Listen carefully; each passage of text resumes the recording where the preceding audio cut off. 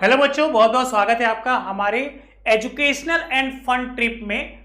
आपको अच्छे से पता है कि हमारा ये जो चैनल है वह जुड़ा हुआ है किस चीज से? एजुकेशन और फन से। और हम आपको आज अपने इस चैनल में सैंपल क्वेश्चन पेपर सॉल्व कराने हैं। ये सैंपल क्वेश्चन पेपर टर्म 1 2021-22 में है। सभी स्टूडेंट्स जो सीबीएसई बोर्ड के, ऑल सीबीएसई स्टूडेंट्स हरियप जो क्लास 10th के हैं, उनके लिए बिग अपॉर्चुनिटी है। इस क्वेश्चन पेपर को हम सॉल्व करा रहे हैं। और जैसा कि आप जानते हैं, मेरा नाम सुनील चौधरी है। हम पिछले बहुत सालों से संकल्प ट्यूटोरियल्स में स्टडी भी करा रहे हैं। हमारे बहुत सारे बच्चे उससे जुड़े हुए हैं, तो उसके लिए मैनी मैनी थैंक यू। हमारे इस चैनल को बहुत सारे बच्चों ने लाइक्स भी किया, सब्सक्राइब किया, उसके लिए भी बहुत बहुत थैंक यू। चलिए बिना टाइम वेस्ट किए आज की हम क्लास करते हैं। आपको अच्छे से पता है कि सीबीएसई ने 2021-22 के लिए कुछ गाइडलाइन दी कि लगभग the question paper contain 3 section, 3 section में है। सबसे पहले सेक्शन ए में 24 क्वेश्चंस है। Attempt any 20। तो आज हम सिर्फ 20 क्वेश्चन ही अटेम्प्ट करेंगे क्योंकि एमसीक्यू बेस्ड क्वेश्चन है और हम लोग का टारगेट यही था कि हमारे बोर्ड एग्जाम में 20 क्वेश्चन होंगे।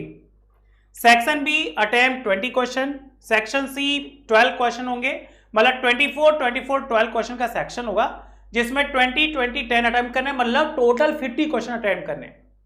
All question carry equal marks, there is no negative, मतलब कोई माइनस मार्किंग नहीं है। और आज की क्लास में हम सिर्फ एमसी क्वेश्चन टच करेंगे। क्या? Physics, chemistry, bio. देखिए फर्स्ट 20 क्वेश्चन है।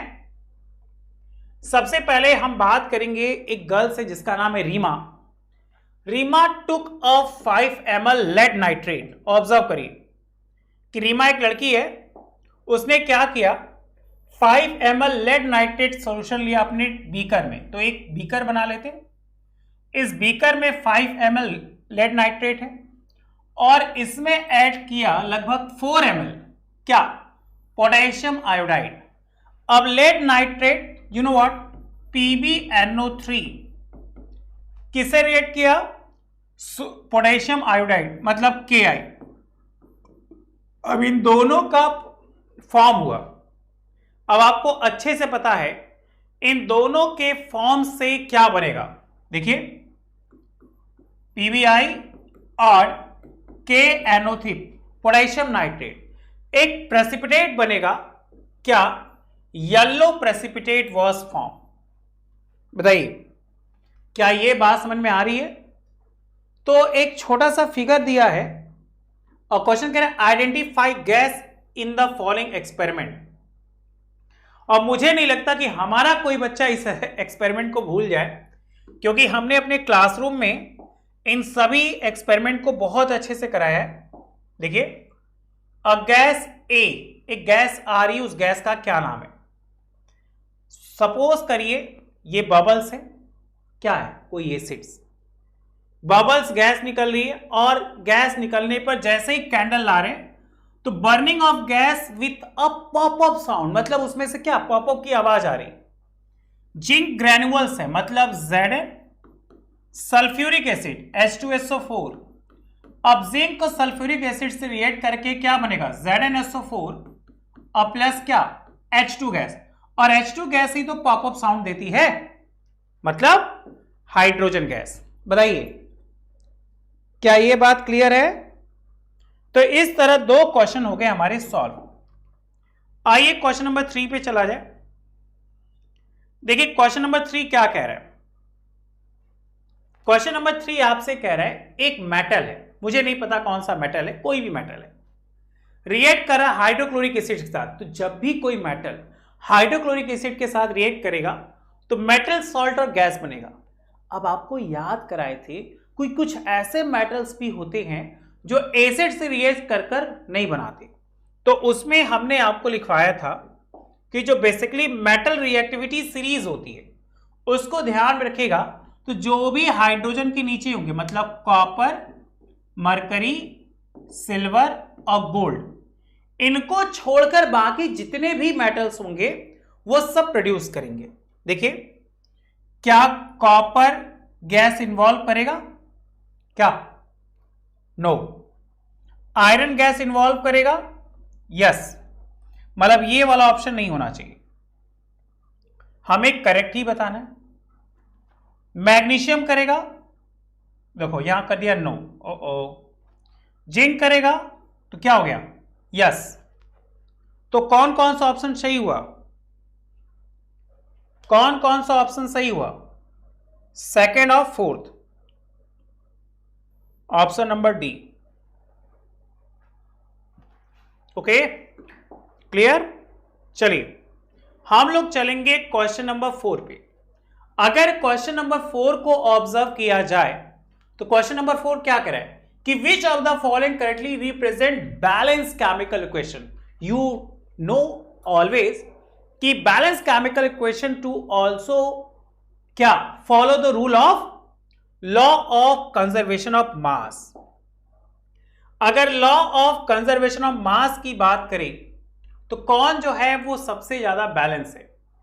देखिए इधर 3 आयरन है, यहां भी 3 आयरन है, यहां 4 ऑक्सीजन है, यहां भी 4 ऑक्सीजन है, 4 2 जा 8 हाइड्रोजन है, 4 2 जा 8 हाइड्रोजन, मतलब इसका आंसर नंबर क्या हो जाएगा, बी। नेक्स्ट कह रहे हैं the graph given below the depicts a neutralization reaction. अब acid react with alkalis to form salt and water. इस केस में the pH of solution change एलवी added excess of acid to an alkalis. तो उस फॉर्म में हम क्या देख रहे हैं कि which letter denote the area of graph which both acid and salt are represent. सोचो कौन सा होगा, ए होगा, बी होगा, सी होगा, डी होगा, तो कौन सा होगा, सी होगा। आगे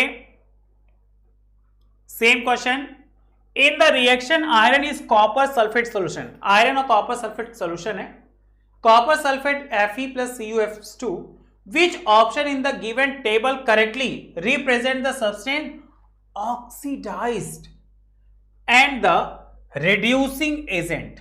देखिए हम अपने बच्चों को जब रेडॉक्स पढ़ा रहे थे तो उसमें इस चीज को बहुत अच्छे से बताया था कि यहां कॉपर से कॉपर हो गया और आयरन से क्या हो गया, FeSO4। आइए इस चीज को ऐसे समझा जाए, कॉपर सल्फेट प्लस Fe है ना। अगर हम बात करें कॉपर सल्फेट प्लस FeSO4 तो बन गया हमारा कॉपर सल्फेट प्लस Fe। यही था कि दूसरा था, उल्टा हो गया, देखिए, अच्छा sorry, CuSO4 plus Fe, sorry sorry sorry, CuSO4 plus Fe है, CuSO4 प्लस Fe, वो तो रिएक्शन ही नहीं होता, Cu प्लस FeSO4, यहां CuSO4 से Fe हो गया, मतलब बढ़ा कि घटा, बिल्कुल घट गया, घट गया तो रिडक्शन। अब फंडा आपको बताए थे कि जहां रिडक्शन होगा वही ठिया ऑक्सीडाइजिंग एजेंट होगी। और हमेशा देखने के लिए आप ऑब्जर्व करिएगा सिर्फ रिएक्टेंट साइड को।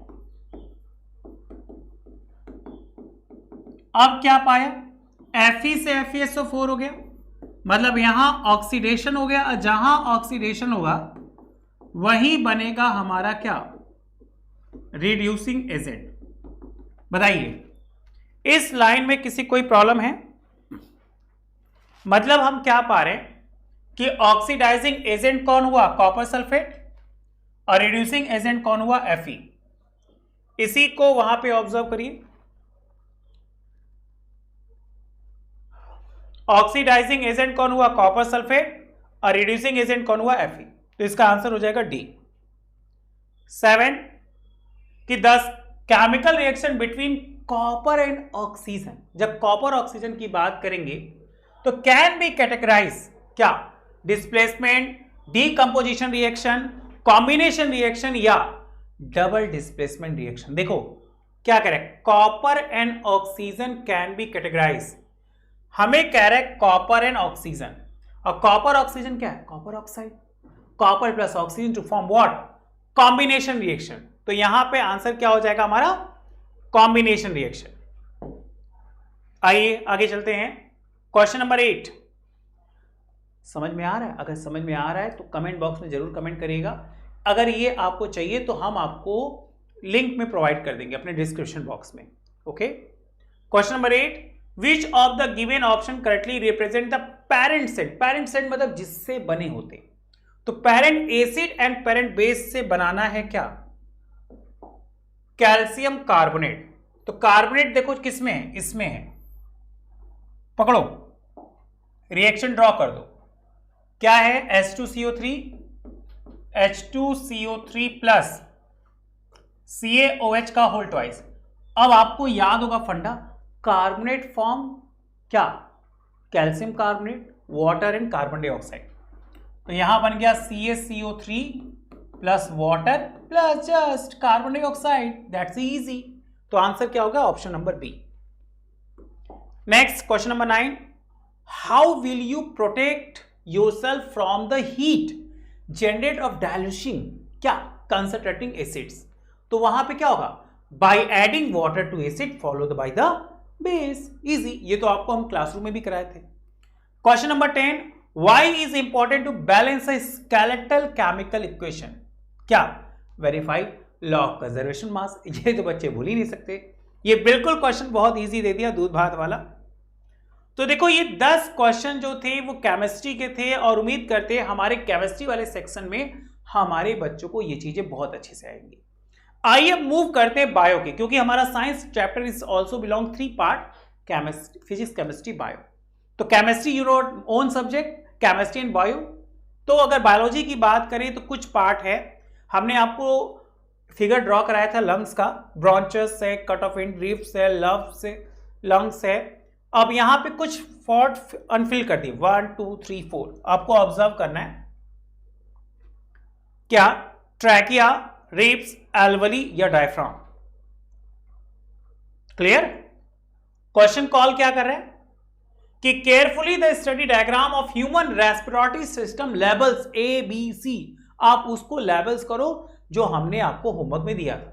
Select the option which the correct identification and main function, उसके मेन फंक्शन को क्या, alveoli, thin walled the sac like structure from exchange of gases. बच्चों याद रखो, ये is the first human digestive system, और you know what, human digestive system can be the identify the location, or location is A, B and C, they are unfilled. You want those enzyme we are secreted, देखो यहां पे 1 2 3। अब यहां stomach में क्या निकलता है, ऊपर माउथ वाले सेक्शन से क्या निकलता है, नीचे थर्ड सेक्शन से क्या निकलता है, बताइए। और मुझे पता है इसके आंसर आपको पता है, ठीक है। आइए आगे चलते हैं। Opening and closing of stomata pores depend on what? Atmospheric temperature, oxygen concentration around stomata, carbon dioxide concentration around stomata, या water concentrated in the guard cell। बिल्कुल, water concentrated in the guard cell, that's like answer। You know this figure show what? Double circulatory system in our body। तो the figure below shows the schematic plan of the blood circulation in humans with the labels to identify, you know what, pulmonary arteries, pulmonary veins, arteries of veins। तो क्या कह रहा है, pulmonary veins takes impure blood from the body, no, wrong है। pulmonary artery take blood from lungs to the heart। aorta is the main, है ना, main pipelines होती है जो कैरी करती है। Vena cava is a main veins to form to our body. तो इसका आंसर क्या होना चाहिए, देखो आर्टेरी कहां करती है, take blood from lungs to heart, aorta takes blood from body parts to the right auricle, बिल्कुल। और हम अपने आज की सेक्शन के लास्ट क्वेश्चन को देख रहे हैं, क्वेश्चन नंबर 15, और उम्मीद करते हैं ये 15 के 15 क्वेश्चन हमारे बच्चों को बहुत अच्छे लगे होंगे और इसके आंसर उनको बहुत अच्छे से आए भी होंगे।